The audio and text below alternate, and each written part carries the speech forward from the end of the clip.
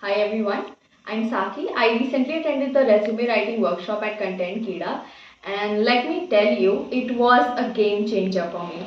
Like before the workshop, my resume was a document, like a blank document with no clear direction. But after the workshop, like it was a work of art. Literally, it was a work of art.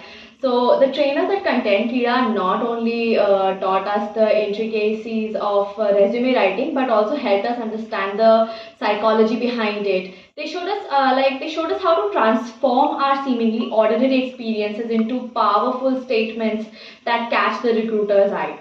So, likely the visual appeal they taught us to add my resume, that made my resume stand out from the crowd. So, what impressed me the most was the personal touch they added. Like, with only 50 students in the workshop, we had interactive sessions where we could ask questions and get instant feedbacks.